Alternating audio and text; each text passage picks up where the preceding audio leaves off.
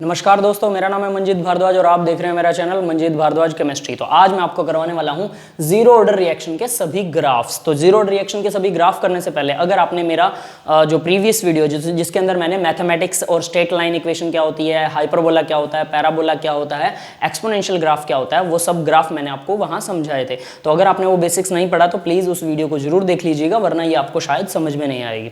Okay, तो चलिए शुरू करते हैं।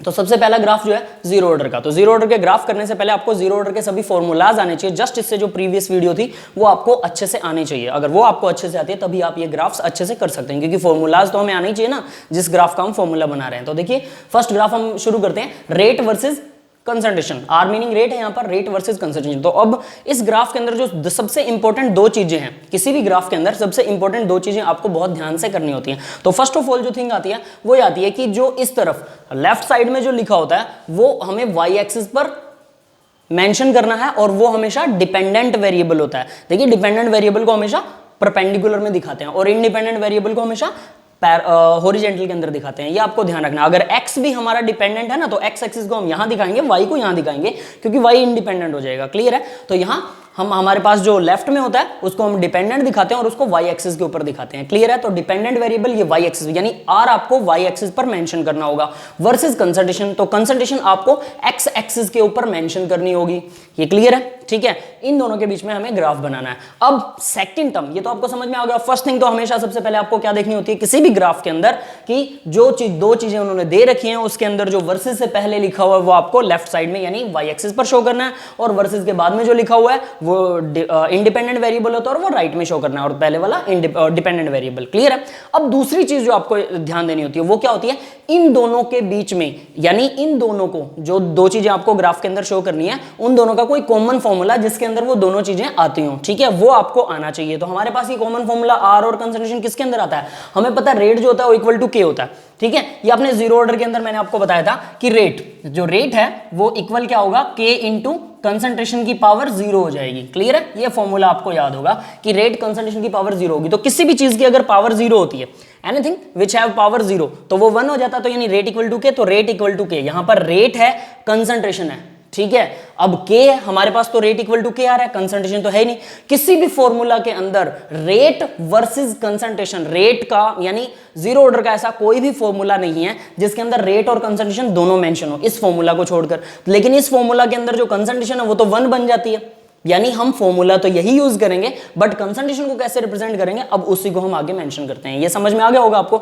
बाकी आगे ग्राफ करोगे उनके अंदर ऐसी कोई प्रॉब्लम नहीं आएगी, उसमें ये दोनों चीजें मेंशन होंगी। इसके अंदर जो दूसरी चीज है वो लगभग गायब हो चुकी है। यहां पर कंसंट्रेशन की पावर, यानी आप इसी फॉर्मूला में अगर हम इसे शो भी करना चाहें कोई दिक्कत वाली बात नहीं, इसी फॉर्मूला के अंदर आप कंसंट्रेशन की पावर जीरो भी दिखा सकते हो। यहां पर आप कंसंट्रेशन सीटी की पावर यहां जीरो दिखा दीजिए। कंसंट्रेशन एट टाइम टी या इनिशियल कंसंट्रेशन, फाइनल कंसंट्रेशन, कोई भी कंसंट्रेशन है, ठीक है, तो उस टाइम पे आप उसकी जीरो शो कर सकते हैं। तो ये तो वन हो जाएगा, आर इक्वल के इंटू सी टी आ गया। अब हम क्या करते हैं, अब देखिए दो चीजें समझ में आ गई आपको, यानी दो चीजें हमें, पहला तो y और x एक्सिस का पता होना चाहिए कि x एक्सिस पर कौन आएगा और y एक्सिस के ऊपर कौन आएगा, डिपेंडेंट कौन है, इंडिपेंडेंट कौन है। सेकंड क्या होना चाहिए, उन दोनों चीजों का एक कॉमन फॉर्मूला हमें पता होना चाहिए जिसमें वो दोनों चीजें मेंशन हो। ठीक है, अब थर्ड चीज आपको क्या देखनी है, तो मैंने आपको ग्राफ के अंदर क्या करवाया था, चार ही तरह के ग्राफ करवाए थे और मैंने बोला था कि इन चारों से हमारा काम चल जाएगा। सभी तरह के ग्राफ इसी में आते हैं। अगर कोई एक आधा एक्स्ट्रा हुआ, कोई इधर उधर से हुआ तो वो भी हम मेंशन कर लेंगे, वो कोई खास बात नहीं है। ठीक है, तो उन चारों ग्राफ में क्या था, सबसे पहले एक्सपोनेंशियल ग्राफ ई। तो क्या इन दोनों के बीच में जो हमने फॉर्मूला लिया ना, जो दोनों का फॉर्मूला है उस फॉर्मूला में हमें चेक करना होता है। जो तीसरी इंपॉर्टेंट चीज है वो क्या होती है, इन दोनों में क्या ये एक्सपोनेंशियल ग्राफ आपको नजर आ रहा है, क्या ई की पावर आ रही है, या ई तो इसमें है ही नहीं ना, तो ये एक्सपोनेंशियल तो हो ही नहीं सकता। सेकंड, फिर हमने क्या किया था, पैराबोला। पैराबोला क्या होता है, अब देखिए पैराबोला का ग्राफ मैंने आपको बताया था कि पैराबोला के अंदर हम क्या करते हैं, y square equal to x या फिर x equal to y square, ये पैराबोला का ग्राफ होता है, यानी कि वाई की पावर आएगी। तो क्या इसमें कोई पावर आ रही है हमारे इस वाई मतलब हमारा आर, क्या आर की पावर आ रही है, नहीं आ रही है। फिर थर्ड कौन सा करवाया था, हाइपरबोला ग्राफ। हाइपरबोला ग्राफ के अंदर क्या था, हाइपरबोला के अंदर था x into y equal constant, x into y equal constant, ये हाइपरबोला का ग्राफ था। तो क्या ये हाइपरबोला का ग्राफ है? x और y यानी ये दोनों जो x और y एक्सिस के ऊपर आ रहे हैं उन दोनों की बात करें, क्या r और कंसंट्रेशन की मल्टीप्लाई हो रही है? नहीं हो रही है। तो इसका मतलब ना तो ये हाइपरबोला ग्राफ है, ना पैराबोला ग्राफ है, ना ही एक्सपोनेंशियल ग्राफ है। तो कौन सा ग्राफ होगा? डेफिनेटली स्ट्रेट लाइन ग्राफ होगा ना। यानी आपको ये तीन चीजें देखते ही आपको समझ में आ जाएगा कि वो किस इक्वेशन में हमें पुट करना है। तो ये यहां तक क्लियर हो गया कि वो स्ट्रेट लाइन ग्राफ है। तो अब हम स्ट्रेट लाइन इक्वेशन लिख देते हैं, बात ही खत्म, और इसको स्ट्रेट लाइन जैसा बनाने की कोशिश करेंगे, बस यही हमारा ग्राफ सामने आ जाएगा। तो देखिए स्ट्रेट लाइन क्या है? y equal m x plus c, ठीक है। तो y तो हमारा r हो गया, नो डाउट इट, ठीक है। एम एक्स प्लस सी, एम इंटू एक्स, एक्स जो है वो कंसंट्रेशन है। यहां तो कंसंट्रेशन क्या होते हैं? 1 हो जाती है, मतलब इंटू के, 1 इंटू के, तो कंसंट्रेशन तो यहां से खत्म हो जाती है। अब मैं इस कंसंट्रेशन को यहां से खत्म कर रहा हूं, क्यों? क्योंकि ये कंसंट्रेशन हमारे y equal m x plus c में तो आएगी नहीं ना, वरना आपको कंफ्यूज करेगी। तो यानी कि ये तो खत्म होगी, 1 इंटू के होगा, हो गया, ठीक है। तो ये तो फिनिश हो चुकी है। तो आप कंसंट्रेशन को आपको जीरो करना है, क्योंकि प्लस में अगर 1 भी कर दोगे तो ये तो गड़बड़ हो जाएगी ना। तो कंसंट्रेशन जीरो करनी, मतलब m को आपको जीरो लेना होगा, समझ में आया? ये ऑटोमेटिकली m जीरो आ जाएगा, क्लियर है। उसके बाद में प्लस में c अब हमारे पास बचता है r इक्वल के है, तो r इक्वल के ही करना है। तो इन दोनों को तो हमें जीरो करना है, और k की वैल्यू ये वो हो गया, कांस्टेंट हो गया हमारा, समझ में आ गया।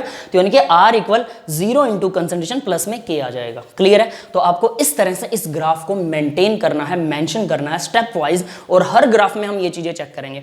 अब इतना होने के बाद आपने इसको स्ट्रेट लाइन बना दिया, क्लियर है। अब इतना होने के बाद नेक्स्ट सिचुएशन हमारी क्या कहती है, मतलब नेक्स्ट हमने क्या करना है? तो देखिए स्ट्रेट लाइन बनने के बाद में आपका काम खत्म नहीं होता, अभी हमें ग्राफ बनाना है। तो ग्राफ कैसे बनाएंगे? पहले आप x और y एक्सिस बना लीजिए, क्लियर है। x y एक्सिस के ऊपर रेट लिखिए, x एक्सिस के ऊपर कंसंट्रेशन लिखेंगे, लिख दिया, ठीक है। अब इसके बाद में हम क्या करने वाले हैं? यहां से हम स्लोप एंड इंटरसेप्ट c इन दोनों को देखेंगे, और इन्हीं से हमारा ग्राफ बनेगा। और इन्हें बहुत ध्यान से देखना, हर ग्राफ में आप अपनी मर्जी से कुछ भी मत बना दीजिएगा, यहां से ग्राफ बनेगा, हर स्टेप वाइज ही ग्राफ बनेगा। तो देखिए यहां से m इक्वल जीरो है, यानी स्लोप क्या है? जीरो, ठीक है, ये समझ में आ गया होगा। तो स्लोप जीरो है। अब मैंने आपको बोला था स्लोप अगर पॉजिटिव होता है तो ग्राफ कैसे जाता है? स्लोप पॉजिटिव है तो ग्राफ ऐसे जाएगा, जो टीचर क्लिक लगाता है। स्लोप नेगेटिव है तो ग्राफ टीचर के क्रॉस की तरह जाएगा, ठीक है। तो ये ना पॉजिटिव है ना नेगेटिव है, तो जीरो है, स्लोप जीरो है। यानी कि स्लोप का मतलब क्या होता है? एंगल होता है ना एक्स एक्सिस के अगेंस्ट, तो एंगल एक्स एक्सिस के अगेंस्ट जीरो है, इसका मतलब ये एक्स एक्सिस के अगेंस्ट क्या होगा? पैरेलल होगा। ये समझ में आ गया। तो यानी कि पहली बात तो ये कि ये पैरेलल होगा। तो स्लोप को देखने से पहले हम उससे पहले भी हम इंटरसेप्ट देखते होते हैं। मैंने आपको स्लोप पहले बता दिया, लेकिन सबसे पहले आप इंटरसेप्ट देखिए। तो इंटरसेप्ट क्या है हमारा? के। इंटरसेप्ट क्या चीज होती है? वाई एक्सिस के ऊपर जो हमारा पॉइंट है। तो देखिए के, यानी के का मतलब समथिंग, वो जीरो से तो ज्यादा होगा। और ये इंटरसेप्ट क्या है? पॉजिटिव है। आपको स्लोप भी पॉजिटिव नेगेटिव चेक करना होता है, इंटरसेप्ट भी पॉजिटिव नेगेटिव चेक करना होता है। हर ग्राफ में मैं आपको पॉजिटिव नेगेटिव, इंटरसेप्ट और स्लोप दोनों के बारे में बताऊंगा, और फिर उसके बाद में ग्राफ मेंशन करेंगे, ताकि आपकी प्रैक्टिस अच्छे से हो जाए। और आप भी इसे नोट कीजिएगा, नोटबुक के अंदर लिख लिख के देखिएगा, ठीक है। तो सी क्या है हमारे पास? यानी जो कांस्टेंट है, जो इंटरसेप्ट है वो के है, और के क्या है? यहाँ प्लस का है ना, तो यानी कि के पॉजिटिव है। पॉजिटिव है इसका मतलब वाई एक्सिस पर पॉजिटिव जगह पर आएगा, वो जीरो पर तो नहीं आ सकता, क्योंकि सी की वैल्यू जीरो नहीं है, के है, समथिंग, देयर इज समथिंग, जब पॉइंटों में हो कुछ भी हो।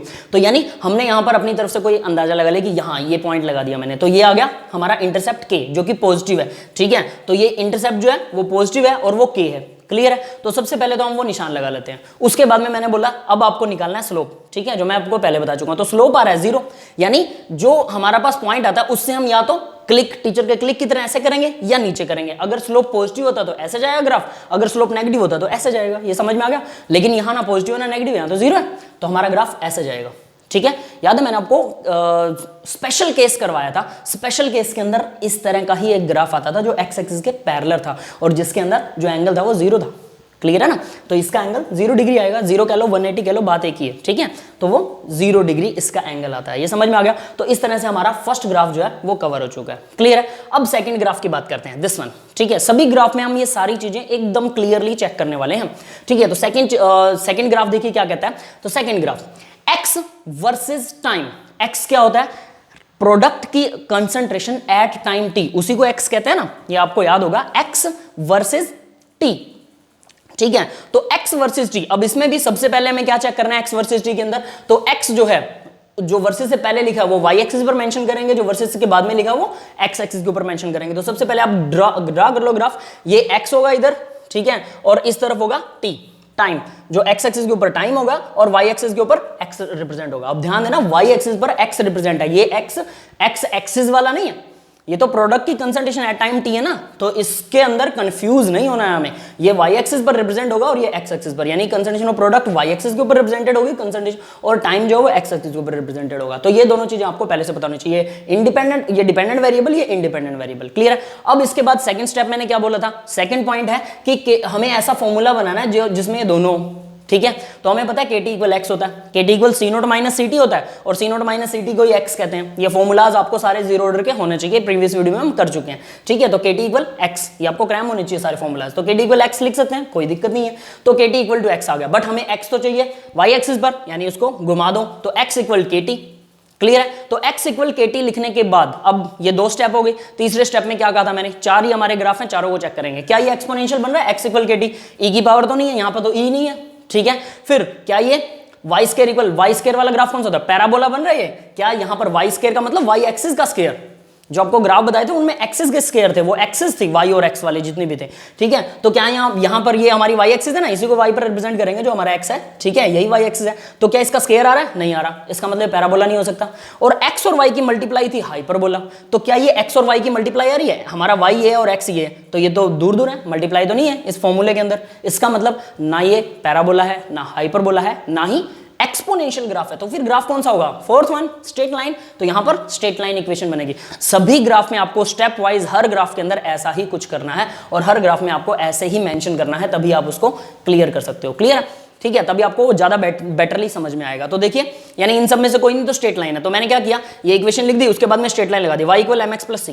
क्लियर है? तो y हो गया हमारा x एक्सिस के ऊपर, t जो है टाइम हमारा वो सॉरी y एक्सिस के ऊपर, t जो है वो x एक्सिस के ऊपर आ गया, ठीक है, इनटू k था, ठीक है, जो भी हमारे डिपेंडेंट वेरिएबल इंडिपेंडेंट वेरिएबल के मल्टीप्लाई में होता है वही m होता है, ठीक है। तो यहाँ इंडिपेंडेंट जो मल्टीप्लाई में हमारे वेरिएबल के इंडिपेंडेंट के x के मल्टीप्लाई में वही हमारा क्या है, स्लोप है, ठीक है, m है। और प्लस में KT के प्लस में तो कुछ भी नहीं था, तो प्लस में 0 आ गया, तो यानी कि प्लस में c होता है, तो c इंटरसेप्ट है। अब आपको ये समझ में आ गया, यानी हमने इसको स्ट्रेट लाइन के अंदर कन्वर्ट करके देख लिया कि स्ट्रेट लाइन में कन्वर्ट होता है, तो हमें कंफर्म हो गया कि ये स्ट्रेट लाइन ग्राफ है। अब बड़ी बात आती है नेक्स्ट लास्ट स्टेप में क्या करना है आपको, सबसे पहले ग्राफ रिप्रेजेंट किया, उसके बाद में क्या करते हैं, इंटरसेप्ट को, सबसे पहला स्टेप आपका इंटरसेप्ट को लेते हैं हमेशा, ठीक है। सभी ग्राफ में आपको ऐसे ही करना है। तो इंटरसेप्ट क्या है, 0 है, इंटरसेप्ट पॉजिटिव है, यानी वाई एक्सिस पर पॉजिटिव, तो 0 तो y हो चाहे x हो, उससे कोई फर्क नहीं पड़ता, y एक्सिस पर पॉजिटिव, तो यहां पर ये 0 है, तो इंटरसेप्ट हमने मतलब हमारा ग्राफ यहां से उठेगा। उसके बाद m की वैल्यू क्या है, प्लस k है, m की वैल्यू जो है वो पॉजिटिव है, स्लोप पॉजिटिव है और वो k है। तो पॉजिटिव क्या होता है, मैंने बोला पॉजिटिव ऐसे होता है टीचर के क्लिक की तरह, और नेगेटिव ग्राफ ऐसे आएगा, यानी कि m नेगेटिव होगा तो ऐसे आएगा। क्लियर है? तो ये पॉजिटिव है, इसका मतलब ऐसे जाएगा, तो 0 से जाएगा और ऐसे जाएगा। क्लियर है? तो ये ऐसे चला गया, और स्लोप जो इसका होगा वो पॉजिटिव k होगा। ये क्लियर है? ये समझ में आ गया? तो ये आपका सेकंड ग्राफ भी यहां से क्लियर हो जाता है। तो चलिए अब नेक्स्ट ग्राफ करते हैं। तो चलिए जी अगला ग्राफ देखते हैं। तो देखिए इसके अंदर क्या है, नेक्स्ट ग्राफ के अंदर थर्ड ग्राफ देख रहे हैं, t वर्सेस x, ठीक है, यानी टाइम वर्सेस प्रोडक्ट की concentration at time t। x जो होता है वो कंसंट्रेशन ऑफ प्रोडक्ट होता है एट टाइम t, तो टाइम वर्सेस प्रोडक्ट की कंसंट्रेशन, ठीक है। तो जो चीज वर्सेस से पहले होती है वो y एक्सिस पर होती है, और जो चीज वर्सेस के बाद में होती है वो x एक्सिस के ऊपर होती है। ये क्लियर है? तो सबसे पहले हम वो मेंशन करेंगे। सेकंड क्या करेंगे कि इन दोनों को किसी एक फॉर्मूला में ऐसा फॉर्मूला लगाएंगे जो ये दोनों को रिप्रेजेंट करता हो। तो KT इक्वल एक्स, ये हमें पता है फॉर्मूला, तो KT इक्वल एक्स, ये प्रीवियस अभी प्रीवियस वाले ग्राफ के अंदर भी आया था। तो KT इक्वल एक्स, जहां पर T भी है और x भी है। अब देखिए प्रीवियस ग्राफ में हमने क्या किया था, x को इधर लगे थे, KT को उधर, क्यों? क्योंकि हमें y एक्सिस के ऊपर क्या चाहिए था, वो हमें x चाहिए था। अब यहां पर y एक्सिस के ऊपर हमें t चाहिए, तो ये इधर ही रहेगा, कोई दिक्कत नहीं है। t अकेला चाहिए y एक्सिस के ऊपर, तो k को इधर ले आएंगे। तो हमने क्या किया, t इक्वल 1/k इनटू में x आ जाएगा, वो डिवाइड में आ जाएगा ना इसके, और प्लस में, अब देखिए प्लस में कुछ नहीं है, तो फिलहाल हम मान लीजिए इसको कुछ नहीं लिखते हैं एक बार के लिए, पर नीचे अब हमें ये पता है ये एक्सपोनेंशियल ग्राफ नहीं हो सकता, क्योंकि स्क्वायर होता है एक्सपोनेंशियल के अंदर, ठीक है, और वो e का स्क्वायर होता है। उसके बाद में पैराबोला ग्राफ नहीं होता, उसमें y का स्क्वायर या x का स्क्वायर होता है। यहाँ पे ना y का स्क्वायर है ना x का स्क्वायर है। फर्दर हाइपरबोला भी नहीं हो सकता, क्योंकि वो x और y की मल्टीप्लाई होता है। क्लियर है? तो इनमें से कुछ नहीं होगा, तो इसका मतलब स्ट्रेट लाइन ग्राफ होगा। तो यहाँ हम स्ट्रेट लाइन ग्राफ लगाते हैं, y equal mx plus c, तो y हमारा बन गया t। तो अब देखिए x जो है वो तो x ही रहेगा, ठीक है, तो x के साथ जो मल्टीप्लाई में लगा हुआ वो हमारा बन गया m, समझ गए, यानी स्लोप ऑफ द लाइन। उसके बाद में ये उसके प्लस में c होता है, c इक्वल इंटरसेप्ट होता है, तो वो 0 आएगा, क्योंकि अब इसके साथ आपको समझ में आ जाएगा ये प्लस में मैंने 0 क्यों मेंशन किया है। क्लियर है? तो यहाँ आ गया y equal mx plus c, तो c हो गया हमारा इंटरसेप्ट ऑन y एक्सिस। तो इंटरसेप्ट होता है ये y एक्सिस के ऊपर, ठीक है, ये मैंने गलत लिख दिया, इंटरसेप्ट ऑन y एक्सिस। तो ये आपको क्लियर है, इंटरसेप्ट ऑन वाई, ठीक है। तो वाई एक्सिस के ऊपर जो इंटरसेप्ट है इसी को हम बोलते हैं कांस्टेंट, ठीक है, सी। तो y equal m x plus c जो है वो इंटरसेप्ट होगा और वो हमारा y एक्सिस के ऊपर आएगा, तो वो जीरो के ऊपर आएगा, तो यहाँ हमारे पास जीरो पर आ गया। अब ध्यान दीजिएगा कि इंटरसेप्ट जो होता है वो y एक्सिस के ऊपर कट करता है। हालांकि आप इंटरसेप्ट x एक्सिस वाला भी निकाल सकते हो, अगर उसने पूछा है कि x एक्सिस पर इंटरसेप्ट कहाँ होगा तो वो भी हम फाइंड कर सकते हैं। जीरो है तो वो तो सबके लिए, x और y दोनों के लिए जीरो है, लेकिन अगर वो प्लस या माइनस है तो हो सकता है x के लिए प्लस हो, y के लिए माइनस हो, तो वो भी हम अगले ग्राफ में देखेंगे कि वो कैसे हो सकता है, ठीक है। तो यहाँ ये समझ में आ गया आपको। तो स्लोप हो गया हमारा m, तो वो स्लोप है, तो वो 1/k, ठीक है, 1/k हमारा स्लोप है, तो 1/k ये हमारा स्लोप है। और ये स्लोप क्या है, पॉजिटिव है, क्योंकि इसके आगे पॉजिटिव लगा हुआ है। तो x हमने क्या रख दिया, ये जो प्रोडक्ट थे वो x एक्सिस के ऊपर रख दिया, और जो टाइम था हमारा वो y एक्सिस के ऊपर मेंशन कर दिया। और हमारा पास क्या आ रहा है, स्लोप इंटरसेप्ट जीरो आ रहा, तो हम जीरो से स्टार्ट करेंगे। और देखिए स्लोप क्या आ रहा है, पॉजिटिव आ रहा है। पॉजिटिव मैंने क्या बोला था, सभी स्लोप जब पॉजिटिव होते हैं तो ऐसे चलते हैं, क्लियर है। और जो नेगेटिव स्लोप होंगे वो ऐसे चलेंगे, तो यानी हमारा ग्राफ ऐसे बनेगा। तो ये जीरो से स्टार्ट होगा और ऐसे बनेगा, तो मैंने ऐसे बना दिया। ये समझ में आ गया आपको, ठीक है। तो यहाँ स्लोप आया पॉजिटिव। अब ध्यान दीजिएगा ग्राफ नंबर 2 जो आपने किया है, ये ग्राफ नंबर 3 चल रहा है, ठीक है। ग्राफ नंबर 2 अभी जो आपने ग्राफ नंबर 2 किया था उसके अंदर स्लोप आ रहा था k, वहां पर स्लोप जो था वो इक्वल टू था k, और यहां आ रहा है स्लोप 1/k। तो k की जो भी वैल्यू होगी अगर उससे 1 डिवाइडेड बाय कर दोगे तो वो छोटी होगी ना, ठीक है। यानी कि वो जो ये वाला जो स्लोप है ये क्या होगा, ये उसके मुकाबले कम होगा। तो स्लोप कम है तो angle will be decline then graph 2, यानी कि अगर स्लोप कम होता जाता है तो ये जो एंगल है, ये वाला स्लोप हमारा एंगल ही होता है ना, एंगल का रेशो होता है, ठीक है। तो ये जो स्लोप है ये इसका रेशो कम होता जाएगा। अगर ये स्लोप कम होता जा रहा है यानी इसकी वैल्यू कम आती जा रही है, तो ये ऐसे यानी इस तरफ ऐसे बढ़ता जाएगा, क्लियर है। तो जो पहले वाला ग्राफ था ग्राफ नंबर 2, आप ये कह सकते हो ग्राफ नंबर 2 थोड़ा इससे ऐसे ऊपर आएगा और ग्राफ ये वाला होगा। ये समझ में आ गया होगा, एक ही ग्राफ में मैंने दोनों बनाने की कोशिश की है। हालांकि हमारा ग्राफ एक से ही चल जाएगा, आपको वो डिफरेंस दिखाने की जरूरत नहीं है, बस आपको बताया है, उन दोनों को कंपेयर कीजिएगा। तो वो जो लाइन जहां से भी वो लाइन जा रही है, ये वाली लाइन जो होगी वो इससे डिक्लाइन होगी, क्लियर है। अब आगे बढ़ते हैं। तो देखिए fourth graph, concentration versus time. Concentration को y एक्सिस पर रखना है, वही दो बातें हमेशा हर ग्राफ में दो बातें आपको ध्यान रखनी है। जो लेफ्ट में दिया हुआ है वो y एक्सिस पर, जो राइट में दे रखा है वो x एक्सिस के ऊपर। तो यहाँ कंसंट्रेशन y एक्सिस पर और टाइम जो है वो x एक्सिस के ऊपर मेंशन करेंगे हम। अब आगे देखिए क्या है, ऐसा कोई फॉर्मूला जिसमें कंसंट्रेशन भी आती हो और टाइम भी आता हो, तो KT equal C0 minus CT। अब एक और चीज ध्यान देने वाली बात है कि जब भी वो कंसंट्रेशन की बात करेगा तो इनिशियल कंसंट्रेशन की कभी भी बात नहीं करेगा, हम हमेशा लेंगे कौन सी concentration, concentration at time t, वही आपके लिए मेंशन रहेगी। तो यहाँ कंसंट्रेशन एट टाइम t वो कौन सी है, CT है ना, ठीक है। तो हमें वो वाली कंसंट्रेशन को लेफ्ट में रखना है y एक्सिस के ऊपर, क्लियर है। तो हम पहले इसे अरेंज करेंगे ताकि ये लेफ्ट में आ जाए। तो हमने CT को इधर ले आए और KT को इस तरफ ले आए, क्लियर है। प्लस में C0 आ गया, समझ गए आप। तो KT equal C0 minus CT, तो CT equal minus KT plus C0। तो अब देखिए हमारे पास क्या है, ये जो t था टाइम था ना, टाइम के साथ में ये जो मेंशन्ड है यानी x एक्सिस के साथ जो मल्टीप्लाई होता है वो हमारा m होता है। तो इसी को भी सेम वही देखेंगे, ना तो ये एक्सपोनेंशियल ग्राफ बन रहा है, ना ही ये पैराबोला बन रहा है, ना हाइपरबोला बन रहा है। क्योंकि पैराबोला हाइपरबोला, पैराबोला के अंदर क्या होता है, स्क्वायर होता है y एक्सिस या x एक्सिस का। हाइपरबोला में क्या होता है, x और y की मल्टीप्लाई होती है। और एक्सपोनेंशियल में क्या होता है, उसमें एक्सपोनेंशियल वैल्यू होती है, e की वैल्यू होती है। तो इनमें से कुछ भी नहीं आ रहा इसके अंदर, क्लियर है। हमने जो इक्वेशन उठाई जिसमें दोनों के दोनों हमारे कंसंट्रेशन और टाइम दोनों चीजें प्रेजेंट है, उसमें इन तीनों में से कुछ नहीं आ रहा, इसका मतलब ये स्ट्रेट लाइन होना चाहिए, क्लियर है। तो हमने स्ट्रेट लाइन के लिए इक्वेशन लिख दी, y equal m x plus c, clear. अब देखिए यहाँ वो यहीं से हमें पता लग जाएगा स्ट्रेट लाइन के लिए, फिर हम उसको स्ट्रेट लाइन के हिसाब से रीअरेंज करेंगे। तो y हमारा हो गया कंसंट्रेशन CT। अब मैंने बोला था ना कंसंट्रेशन हमेशा आपको क्या करना है, वो वाली कंसंट्रेशन लेनी है, इनिशियल वाली नहीं, वो कंसंट्रेशन जो एट टाइम t हो। तो कंसंट्रेशन एट टाइम t जो है वो हमारा इस तरफ आ गया y एक्सिस में, mx माइनस के m बन गया, t जो है वो x बन गया, और यहाँ पर स्लोप हमारे पास क्या आएगा। अब देखिए m की वैल्यू क्या है, नेगेटिव है ना, तो स्लोप नेगेटिव आ रहा है। स्लोप नेगेटिव आता है इसका मतलब पॉजिटिव स्लोप ऐसे जाता है, नेगेटिव स्लोप टीचर के क्रॉस के जैसा आता है, ठीक है। ये हम पहले कर भी चुके हैं। तो यहां पर हम क्या करने वाले हैं, स्लोप ऐसे आएगा, मतलब हमारा ग्राफ ऐसे बनेगा। ये समझ में आ गया। अब बात करते हैं C। तो जो C है इंटरसेप्ट है वो क्या है, वो पॉजिटिव है। इंटरसेप्ट अगर पॉजिटिव है तो इसका मतलब, और इंटरसेप्ट क्या होता है, इंटरसेप्ट ऑन y एक्सिस, ये y एक्सिस के ऊपर इंटरसेप्ट करेगा, ठीक है। तो इंटरसेप्ट अगर आपका पॉजिटिव है, y एक्सिस पर आपको पॉजिटिव कहीं मार्क लगाना, तो ये y एक्सिस है हमारी, ठीक है, और ये x एक्सिस है। तो y एक्सिस के ऊपर हमें क्या रखना था, अब देखिए CT जो है वो y एक्सिस पर है, तो मैंने CT की कंसंट्रेशन यहां रखूंगा, और हमारे पास क्या था, टाइम जो है वो x एक्सिस पर, तो यहां आ जाएगा हमारे पास टाइम, क्लियर है। तो टाइम यहां पर आ गया और वाई एक्सिस के ऊपर ct आ गया, और साथ में देखिए इंटरसेप्ट माइनस के है, माइनस के है, इसका मतलब ग्राफ जो होगा डिक्लाइन होगा, ध्यान देने वाली बात है। फिर सी नोट जो इंटरसेप्ट ऑन वाई एक्सिस है, m की वैल्यू माइनस है तो इसका मतलब ग्राफ डिक्लाइन होगा, इस तरह से आएगा क्रॉस की तरह। और c जो हमारा कांस्टेंट है वो क्या है, वो पॉजिटिव है, पॉजिटिव है, इसका मतलब वाई एक्सिस पर पॉजिटिव वैल्यू के ऊपर टच आएगा। तो वाई एक्सिस पर पॉजिटिव तो यही होता है ना, तो वाई एक्सिस पर पॉजिटिव मतलब मैंने यहां पर इसको क्लिक किया और नीचे की तरफ ले गया, तो ये मेरा ग्राफ बन गया कंसंट्रेशन वर्सेस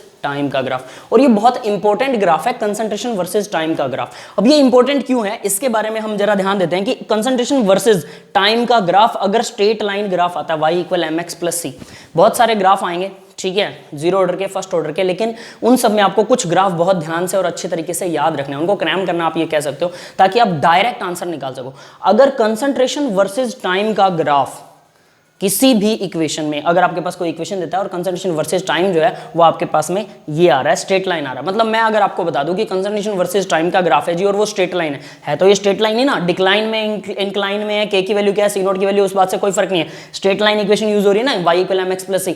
तो कंसंट्रेशन वर्सेस टाइम का ग्राफ अगर स्ट्रेट लाइन होता है तो डेफिनेटली वो रिएक्शन जो है वो जीरो ऑर्डर रिएक्शन होती है। तो इसलिए ये ग्राफ इंपॉर्टेंट है, ये ध्यान दे लेना। कंसंट्रेशन वर्सेस टाइम का ग्राफ, अगर ये ग्राफ जो है कंसंट्रेशन वर्सेस टाइम का ग्राफ अगर स्ट्रेट लाइन है, straight line, concentration versus time का ग्राफ अगर स्ट्रेट लाइन आता है तो डेफिनेटली ये जीरो ऑर्डर रिएक्शन है, जीरो ऑर्डर। ये समझ में आ गया होगा आपको। तो ये बॉटम लाइन है, बॉर्डर लाइन है, ये आपको अच्छे तरीके से याद रखनी है कि कंसंट्रेशन वर्सेस टाइम का ग्राफ अगर स्ट्रेट लाइन होता है, अगर आपको कोई ऐसा बोलता है तो वो पक्के तौर पर जीरो ऑर्डर रिएक्शन होने वाली है। ये समझ में आ गया, क्लियर है। अब अगले ग्राफ जरा करते हैं। तो चलिए जी, अब ग्राफ नंबर 5 शुरू करते हैं। तो ग्राफ नंबर 5 क्या कहता है, हाफ टाइम वर्सेस ए। अब ए आपको पता है ना, इनिशियल कंसंट्रेशन है। मैंने बोला जब भी वो कंसंट्रेशन लिखेगा तो डेफिनेटली वो कंसंट्रेशन एट टाइम टी होगा, जो हमने प्रीवियस ग्राफ में किया था। लेकिन अगर उसे इनिशियल कंसंट्रेशन देनी होगी तो वो ए की फॉर्म में ही लिखेगा, ये ध्यान देने वाली बात है, ठीक है। इनिशियल कंसंट्रेशन हमेशा ए की फॉर्म में देगा वो, वरना आपको अगर कंसंट्रेशन लिखी हुई तो कंसंट्रेशन एट टाइम टी ही होगी, क्लियर है। अब बात करते हैं तो टी हाफ वर्सेस ए, यानी कि हाफ टाइम वर्सेस ए। तो सबसे पहले हमें ये पता है कि जो लेफ्ट में लिखा हुआ वो डिपेंडेंट वेरिएबल है, वाई एक्सिस पर आएगा और ये एक्स एक्सिस के ऊपर आएगा, तो ये हमने मेंशन कर लिया। सेकंड पॉइंट क्या था, इन दोनों के बीच में हमें क्या करना है, एक ऐसा कॉमन फॉर्मूला जो दोनों को रिप्रेजेंट करता हो। तो हमें पता है टाइम, हाफ टाइम क्या होता है, a/2 क्या होता है, क्लियर है। तो हमने कॉमन फॉर्मूला लिख लिया। अब थर्ड चीज हमें क्या देखनी है, इस कॉमन फॉर्मूला के अंदर हमें चेक करना है, सबसे पहले तो इसे लेफ्ट राइट करेंगे कि हाफ टाइम इधर आ रहा है और ए जो है इस तरफ आ रहा है, क्लियर है, वो भी ऑलरेडी मेंशन है। अब इसके अंदर हमें क्या देखना है कि वो एक्सपोनेंशियल तो नहीं है, ये e की पावर नहीं बन रहा है, ठीक है, y = e की पावर नहीं बन रहा है। सेकंड, हाइपरबोला तो नहीं है, पैराबोला तो नहीं है। पैराबोला के अंदर क्या होता है, y स्क्वायर होता है, तो पावर स्क्वायर तो है नहीं यहाँ पे, और हाइपरबोला में x और y की मल्टीप्लाई होती है, तो x और y एक्सिस भी अलग अलग है, तो यानी इन दोनों तीनों में से कुछ भी नहीं है, तो डेफिनेटली ये स्ट्रेट लाइन ग्राफ है, ठीक है। तो यहाँ पर अब हम इसे स्ट्रेट लाइन से रिप्रेजेंट कर सकते हैं। तो जरा इसे स्ट्रेट लाइन की तरह मैंने इसे ओपन कर दिया, हाफ टाइम = 1/2k × a, क्योंकि a को मुझे अलग करना था, प्लस में 0 लगा दिया, ठीक है। y = mx + c, तो c प्लस में लगाना था, वो 0 लग गया, क्लियर है, ठीक है। तो ये हमारा क्या बन गया, स्ट्रेट लाइन ग्राफ बन गया, सीधा सीधा समझ में आ गया। तो ये y एक्सिस पर आएगा, ये m आएगा, ये a आएगा और ये c आएगा, ठीक है। अब हमें क्या देखना है, c। सबसे पहले हमें ग्राफ रिप्रेजेंट करने के लिए ये ग्राफ मैंने लगा लिया, और इसके अंदर मैं क्या देखूंगा, सबसे पहले c इंटरसेप्ट है, इंटरसेप्ट एट y एक्सिस पर ये 0 के ऊपर इंटरसेप्ट करता है, तो 0 पर x और y दोनों के दोनों इक्वली होते हैं, कोई दिक्कत वाली बात नहीं है। तो ये 0 के ऊपर रिप्रेजेंट कर दिया। अब इसके बाद मुझे क्या देखना है, m देखना है। तो m क्या है, स्लोप है जो पॉजिटिव है, 1/2k इसकी इसका जो है वैल्यू है। तो क्या स्लोप अगर पॉजिटिव होता है तो कैसे होता है, टीचर के क्लिक की तरह, मुझे 0 से स्टार्ट करना है, टीचर के क्लिक की तरह ऊपर लेके जाना। तो ये मेरे पास सीधा ग्राफ बन गया, नथिंग टू थिंक, कुछ भी सोचने लायक नहीं है, सीधा सीधा आपका स्टेप वाइज अगर आप चलोगे तो अपने आप ग्राफ बन जाएगा, ठीक है। अब आगे देखिए, तो स्लोप जो था 1/2k था, हमने ग्राफ नंबर 2 और 3 में किया था। ग्राफ नंबर 2 के अंदर क्या था, स्लोप 1/k था, ठीक है, और ग्राफ नंबर 3 के अंदर इसी तरह से स्लोप जो था वहां पर 1/, अब देखिए ग्राफ नंबर 2 और 3 के जब आप स्लोप को कंपेयर करोगे तो वो आपको, और ये 1/2k जब इसे कंपेयर करोगे तो यहां तो इस k की वैल्यू और कम होती जा रही है, ठीक है। ग्राफ नंबर 2 में स्लोप k था, ग्राफ नंबर 3 में स्लोप जो था 1/k था, ठीक है। यानी अगर किसी में स्लोप k होता है तो उसका एंगल जो वो k के इक्वल आएगा ना, वो उस रेशो एंगल का रेशो, फिर 1/k होगा तो वो उससे तो कम ही आएगा, 1/k k से कम होता है पता है हमें, और 1/2k होगा तो वो उससे भी कम होगा। यानी कि इसका जो एंगल बनेगा, ये वाली लाइन जो आएगी, मैंने कैसे ऐसे लगा रखी है, ये काफी ऐसे आएगी, ठीक है, नीचे की तरफ, तो आप दिखा कहीं भी सकते हो। तो इसका मीनिंग है कि decline then graph 2 and 3, graph 2 और 3 को कंपेयर कीजिएगा नोटबुक पे बना के और देखिएगा कि ये वाली लाइन जो ना वो उन दोनों से डिक्लाइन आनी चाहिए, उन दोनों से नीचे, मतलब ये ऐसे आनी चाहिए थी, इस तरफ से ये वाली लाइन ऐसे होनी चाहिए, ठीक है। अगर मान लीजिए सेकंड वाले का ग्राफ ऐसा बन रहा है, ये वाला सेकंड ग्राफ का है, तो जो थर्ड ग्राफ होगा वो ऐसे बनेगा, और जो ये वाला ग्राफ है 5th नंबर ग्राफ वो ऐसे बनेगा। क्लियर है, ये तीनों डिक्लाइन जाते जाएंगे क्योंकि स्लोप इनका कम होता जा रहा है। क्लियर है, तो बस इतना ही था इस ग्राफ के अंदर। उसके बाद में ग्राफ नंबर 6 देखते हैं, ठीक है। ग्राफ नंबर 6 जो है वो काफी इंपॉर्टेंट है, और मैं काफी से भी काफी इंपॉर्टेंट कहूंगा क्योंकि ये जितने भी हमारे रूल्स अभी तक हमने किए इन सबको ये वायलेट करता है, बिल्कुल अगेंस्ट है उन सभी रूल्स के, तो इसीलिए आपको ये थोड़ा इंपॉर्टेंट, मैंने इसे इंपॉर्टेंट मार्क किया और आप इसको ध्यान से इंपॉर्टेंटली चेक करेंगे। तो ग्राफ नंबर 2 को देखिएगा, ये मैंने वही चीज सेम डिट्टो बना रखा है। ग्राफ नंबर 2 क्या कहता है, kt इक्वल x, ये कह रहा है कि x वर्सेस t बनाइए, ठीक है। तो ग्राफ नंबर 2 भी यही था, x वर्सेस t, क्लियर है, जिसका स्लोप k निकल रहा था। अभी अभी हमने इसके बारे में डिस्कशन किया, ग्राफ नंबर 2 और 3 को कंपेयर करना आपको। तो ग्राफ नंबर 2 में भी स्लोप k था, तो सेम वही बनाना है, बट मैंने ग्राफ अलग बना दिया। ग्राफ नंबर 2 क्या था, ग्राफ नंबर 2 में x वर्सेस t था, सेम चीज, और वो यहां 0 से स्टार्ट होता था और इस तरह से सीधा जा रहा था, मतलब सेम चीज थी, लेकिन मैंने इसे यहां 0 से स्टार्ट नहीं किया, बस यही फर्क किया, बाकी सेम टू सेम ग्राफ मैंने वही बनाया, कोई डिफरेंस नहीं है, बस उसे 0 से स्टार्ट नहीं किया, मतलब उसका इंटरसेप्ट मैंने 0 नहीं लिया। ये बात आपको समझ में आ गई होगी क्यों नहीं लिया 0। अब देखिए इसने क्या कहा था, ये आपको कहेगा ना, तो उसी के अकॉर्डिंग आपको पता करना होगा कि ये क्या चाहता है।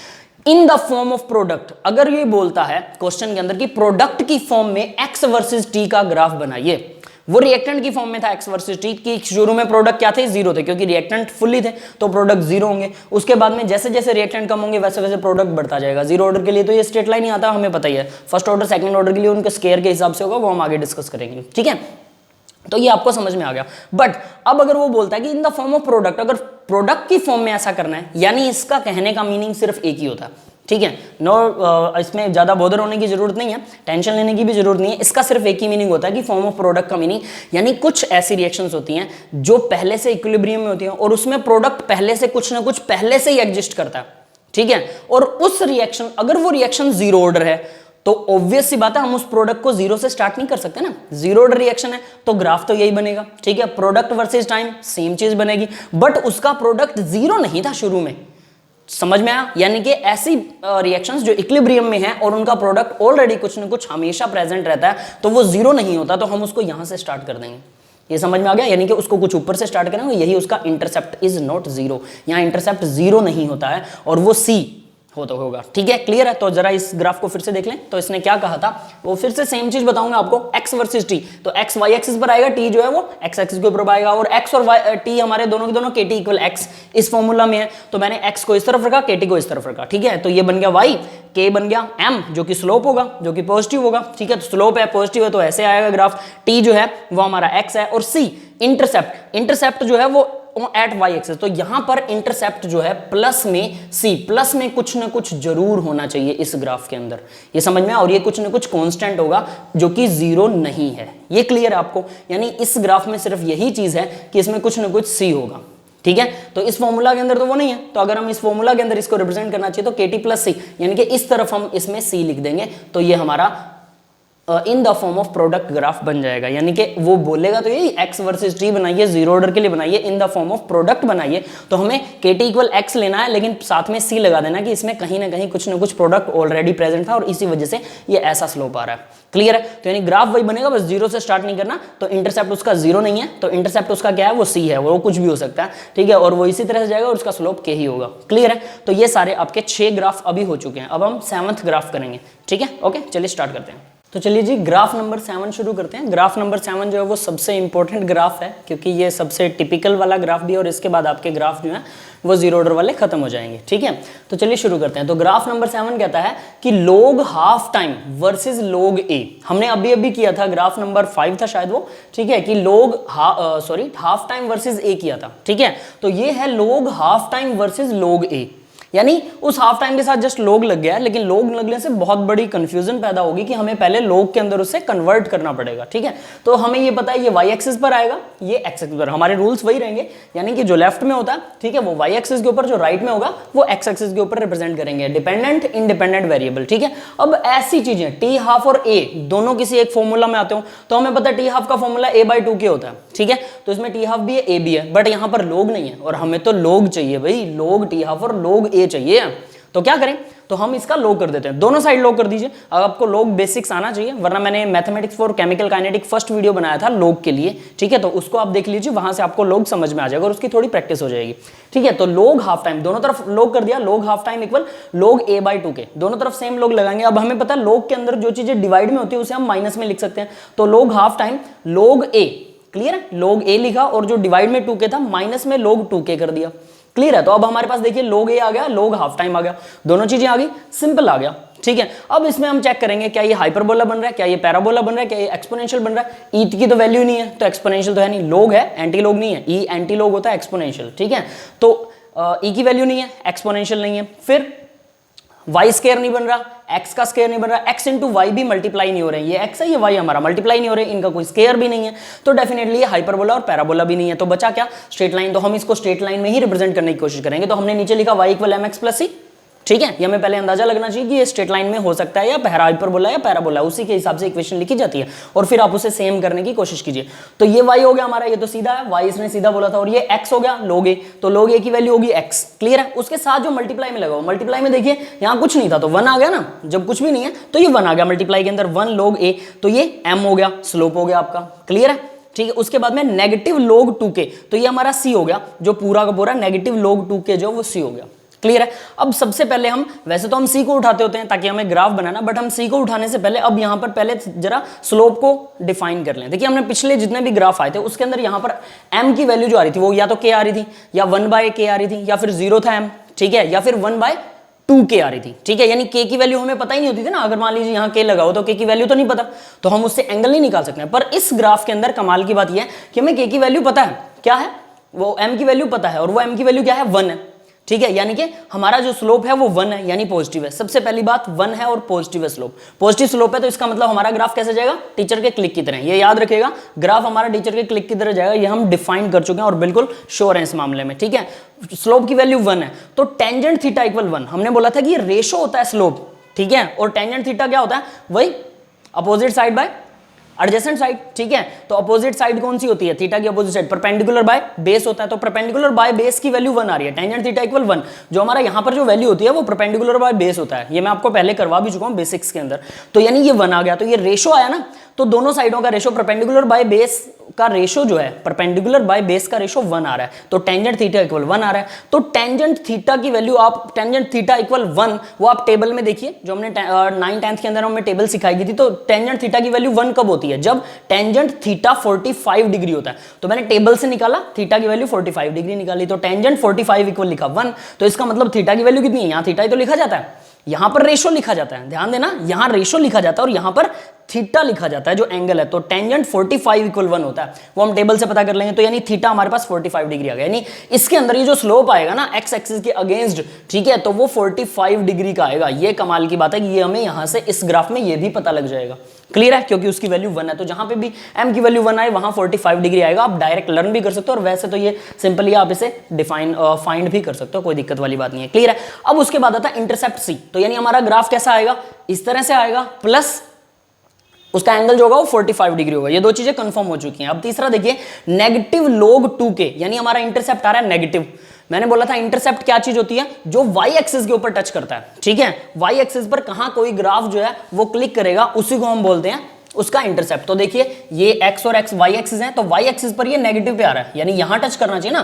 पहले तो हम जनरली यहां से उठाते थे या 0 से उठाते थे ग्राफ को, क्लियर है, ये 0 से उठा लिया, ये प्लस से उठा लिया y एक्सिस के ऊपर, लेकिन अब इसने बोला नेगेटिव log 2k आ रहा है, तो मतलब यहां y एक्सिस के ऊपर ही वो नेगेटिव से उठेगा, क्लियर है, जाएगा तो ऐसे ही, क्योंकि पॉजिटिव आ रहा है तो ऐसे जाएगा, नेगेटिव आ रहा है तो ऐसे जाएगा, तो ये नेगेटिव पर भी क्लिक कर रहा है।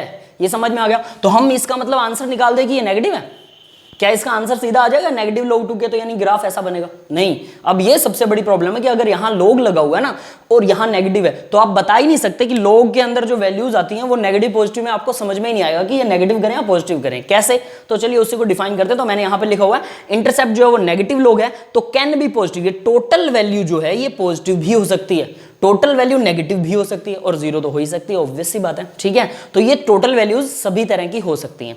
तो इन तीनों कंडीशंस को, यानी यहां पर ये जो वैल्यू आ रही है, इंटरसेप्ट जो आ रहा है, इंटरसेप्ट मैं यहां से स्टार्ट करूं, यहां से स्टार्ट करूं या यहां से स्टार्ट करूं, ये मेरी सबसे बड़ी प्रॉब्लम है। तो ये कहां से स्टार्ट होगा, इंटरसेप्ट नेगेटिव होगा, जीरो होगा या पॉजिटिव होगा, ये कैसे पता लगेगा? तो इसको सॉल्व करने के लिए हम जरा कुछ अपनी तरफ से असम्पशंस करते हैं। मान लीजिए 2k, अब केस 1, क्योंकि 3 केसेस बन रहे हैं ना यहाँ पे, तो मैंने केस 1 लिया। केस 1 जो है इफ 2k इक्वल 1, अगर 2k की वैल्यू यानी 2k की वैल्यू 1 हो जाती है, यानी k जो है 1/2 हो, तो ये 2 से 2 कैंसिल हो जाएगा, तो 2k इक्वल 1 हो जाएगा। तो log 1 क्या होता है? नेगेटिव सामने लगा था, नेगेटिव log 1 इक्वल 0, तो log 1 की वैल्यू 0 होती है, 0 नेगेटिव और पॉजिटिव 0 ही होगा ना, यानी कि हमारा ग्राफ बनेगा ये वाला। क्लियर है? अब देखिए इसमें क्या है, यानी मेरे पास अगर 2k की वैल्यू 0 आती है, ठीक है। अब ध्यान देने वाली बात है, मैंने बोला जब भी नेगेटिव log, अगर log लगा होगा ना किसी वैल्यू के सामने log लगा होगा, तो उसको सॉल्व करने के बाद वो नेगेटिव आएगा, पॉजिटिव आएगा या जीरो आएगा, कुछ भी आ सकता है, वो तीनों कंडीशन आ सकती हैं। इसलिए इंटरसेप्ट कहीं से भी स्टार्ट हो सकता है, नेगेटिव से भी, जीरो से भी, पॉजिटिव से भी। क्लियर है? और जो हमारा स्लोप है वो पॉजिटिव ही है, तो वो इसी तरफ जाएगा, यानी तीनों ग्राफ जाएंगे ऐसे ही ऊपर की तरफ, टीचर के क्लिक की तरह। बट वो कहां से स्टार्ट हो रहे हैं ये हमें नहीं पता लग रहा। और हमने बोला था कि इंटरसेप्ट आपको सबसे पहले पता होना चाहिए कि ग्राफ स्टार्ट कहां से होगा। तो यहां ग्राफ कहां से स्टार्ट हो रहा है इसके बारे में हम जरा डिस्कशन करेंगे, ठीक है। तो चलिए इसी के बारे में आप डिस्कशन करते हैं कि वो कैसे होगा। तो केस 1 के अंदर देखिए इफ 2k इक्वल 1, तो यहां पर log 1 की वैल्यू, यानी 2k की जगह 1 भर दिया तो नेगेटिव log की 1 0 आ गया, तो यानी कि इंटरसेप्ट आ गया 0। जब 2k इक्वल 1 था तो इंटरसेप्ट आ रहा है 0। क्लियर है? और हमारा ग्राफ तो ऐसे ही जाएगा, तो log half time versus log a का ग्राफ ऐसे जाएगा और इंटरसेप्ट 0 होगा। क्लियर है? और ये एंगल हर कंडीशन में ये एंगल 45 डिग्री ही रहने वाला है, एंगल नहीं बदलने वाला, क्योंकि एंगल तो हमारा वही रहेगा ना 1।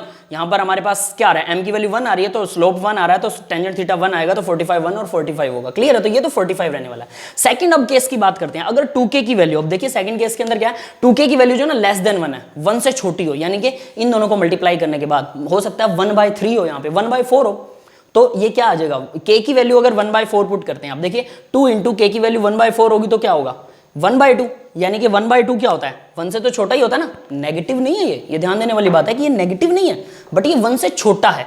तो ये तो हो सकता है ना कि 2k की वैल्यू 1 से छोटी आ जाए, तो log की वैल्यू जो है 1 से छोटी आ जाएगी। ठीक है, तो यहां देखिए अगर 2k की वैल्यू 1 से छोटी है, 1 बड़ा, ठीक है, तो इंटरसेप्ट जो होगा नेगेटिव log 1 से छोटा, log की वैल्यू जो 1 से छोटी होती है, log 1 0 होता है। ठीक है, अब जरा ये देखिएगा कि log 1 की वैल्यू होती है 0, log 2 की वैल्यू कितनी होती है 0.3010, यानी कि ये बढ़ रही है ना, 0 से ज्यादा हो गई। ठीक है, log 3 की वैल्यू निकालोगे तो log 3 होता है 0.48। ठीक है, log 4 की वैल्यू इसका डबल होती है, log 5 की वैल्यू जो हमने लर्न करने के लिए बोला था कि log 5 की वैल्यू कितनी होती है 0.70। तो इस तरह से ये वैल्यू देखिए 0 से बढ़ रही है। इसका मतलब अगर log 1 की वैल्यू 0, तो यानी log 1 से नीचे वाली वैल्यू, यानी log, यहां मैंने क्या बोला है कि log जो है ना वो 1 से छोटा है। अगर मैं 1 से छोटी वैल्यू लूंगा log की, 2k की वैल्यू 1 से छोटी है, तो यानी log 1 से छोटे वाली वैल्यू, तो 1 की वैल्यू 0 आ रही, तो 1 से छोटे वाली क्या आएगी, वो तो 0 से कम होगी, तो 0 से कम तो नेगेटिव बन गया ना। 2k की वैल्यू नेगेटिव नहीं है, ये ध्यान देने वाली बात है। 2k इज नॉट नेगेटिव, यहां पर 2k नेगेटिव नहीं है, 2k की वैल्यू 1/2 0.5 आ रही है, बट वो है तो पॉजिटिव। अगर वो 0.5 आ रही है इसका मतलब वो 1 से छोटा है, log 1 से तो छोटा हो गया ना 0.5, log 1 बड़ा हो गया, log 0.5 छोटा हो गया, तो log 1 की वैल्यू 0 आ रही, तो log 0.5 की वैल्यू नेगेटिव आएगी। ये समझ में आ गया आपको? इसको देख के आपको समझ में आ जाएगा कि log 1 की वैल्यू जो है, log 1 से छोटे वाले की वैल्यू जो 0.5 अगर आता है तो वो नेगेटिव आएगी। तो यानी इस टोटल की वैल्यू, तो देखिए इस टोटल की वैल्यू क्या बन गई नेगेटिव, और बाहर नेगेटिव लगा हुआ था, तो नेगेटिव क्या हो गया पॉजिटिव, तो टोटल वैल्यू क्या आ गई पॉजिटिव। यानी कि अगर log इस टर्म की log 2k की वैल्यू अगर नेगेटिव आती तो टोटल टर्म पॉजिटिव बन जाएगी। तो यहां टोटल टर्म बन गई पॉजिटिव, यानी इंटरसेप्ट हो गया पॉजिटिव, तो इंटरसेप्ट पॉजिटिव तो यानी y एक्सिस पर यहां कहीं से स्टार्ट होगा, कहीं से भी, और इस तरह से जाएगा। और ये वाला एंगल भी, अब ये देखिएगा x एक्सिस के अगेंस्ट जो एंगल बनेगा ये भी 45, एंगल तो वही रहने वाला है। क्लियर है? तो यहां जो 2k है वो लेस देन 1 होगा। ठीक है, क्लियर? अगर लेस देन 1 होता है तो मैं इसे जरा फिर से साफ कर देता हूं, तो 2k जो है वो लेस देन 1 होगा, यानी लेस देन 1 का मतलब क्या है यानी उसकी वैल्यू अपने आप पॉजिटिव बन जाएगी। अब नेक्स्ट केस करते हैं, 2k अगर 1 से बड़ा है तो डेफिनेट है, पहले केस में तो हमने 0 लगा दी ना, तो यानी ये 1 से छोटा कर दिया, अब ये 1 से बड़ा कर दिया, तो 1 से बड़ा करेंगे तो क्या होगा, 1 से बड़े की वैल्यू तो सारी पॉजिटिव आ रही है, ये हमने देखा 1 की वैल्यू 0, तो 1 से बड़े वालों की सबकी पॉजिटिव आती है और बढ़ती जाएगी। तो 1 से अगर बड़ा है तो ये पॉजिटिव वैल्यू आएगी, पॉजिटिव को नेगेटिव से मल्टीप्लाई करेंगे तो ये नेगेटिव हो जाएगा, यानी ओवरऑल वैल्यू नेगेटिव आएगी। यानी हमारा इंटरसेप्ट क्या आने वाला है, अब ये ध्यान दीजिएगा, हमारा इंटरसेप्ट आएगा नेगेटिव में, नेगेटिव आ रहा है ना, वाई एक्सिस पर नेगेटिव, तो वाई नीचे की तरफ नेगेटिव होती है ना वाई एक्सिस, तो हम नीचे की तरफ यानी यहां कहीं से स्टार्ट होगा, ये यहां से स्टार्ट हो रहा है और डायरेक्टली ऐसे जाएगा, तो ऐसे टीचर के क्लिक की तरह, तो यहां से स्टार्ट होगा ऐसे जाएगा, क्लियर है। तो ये हमारा ग्राफ इस तरह से बन गया, तो इंटरसेप्ट यहां पर आ गया, ये क्लियर है। यानी इस ग्राफ में अगर लोग, ये कहता है लोग हाफ टाइम वर्सेस लोग ए की वैल्यू देता है, तो तीनों सिचुएशनें सही होंगी, तीनों सिचुएशंस के ग्राफ बनाए जा सकते हैं। यानी मैं इसे अगर एक ही ग्राफ में रिप्रेजेंट करना चाहूं तो इसे कुछ इस तरह से हम एक ग्राफ के अंदर रिप्रेजेंट कर सकते हैं, और आपको ये बहुत ध्यान से करना होगा।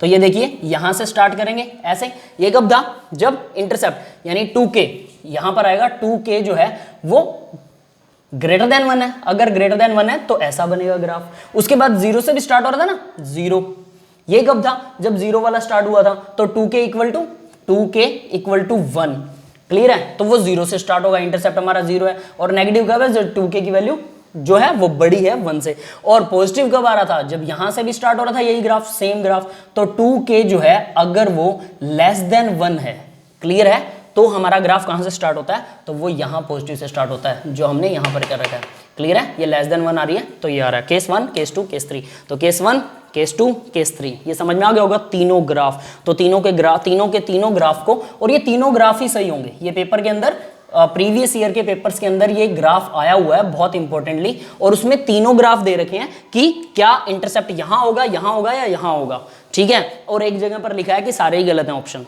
ठीक है। तो अब आपको अच्छे से पता होना चाहिए कि तीनों ही सही हैं, क्लियर है। यानी एक ऑप्शन ऐसा आएगा कि ये तीनों सही हैं, तो वो तीनों ग्राफ बिल्कुल सही बनेंगे ग्राफ नंबर 7 के, क्लियर है। तो ये आपका आज का मैटर फिनिश होता है। तो आज हमने सभी ग्राफ, जीरो ऑर्डर के सभी ग्राफ यहां पर आ जाते हैं। अगर इसके अलावा कोई और ग्राफ आ जाए आपके सामने, इनमें भी मैंने ना करवाया हो, तो वो आप इसी फॉर्मूले से चलिए, ऐसे ही कीजिए और आपके सामने ग्राफ का आंसर आ जाएगा बहुत अच्छे से। तो ये जितने भी इंपॉर्टेंट ग्राफ्स थे, और इसके अंदर एक क्वेश्चन भी हमारा कवर हो चुका है ग्राफ नंबर 7 के अंदर, तो वो सब हम कर चुके हैं। अब नेक्स्ट वीडियो के अंदर हम कोशिश करेंगे कि जितने भी प्रीवियस ईयर के अंदर जीरो ऑर्डर के क्वेश्चन आंसर्स आए हुए हैं नेट के अंदर या गेट के अंदर, वो हम सॉल्व करने की कोशिश करेंगे सभी के सभी, ठीक है। Thank you.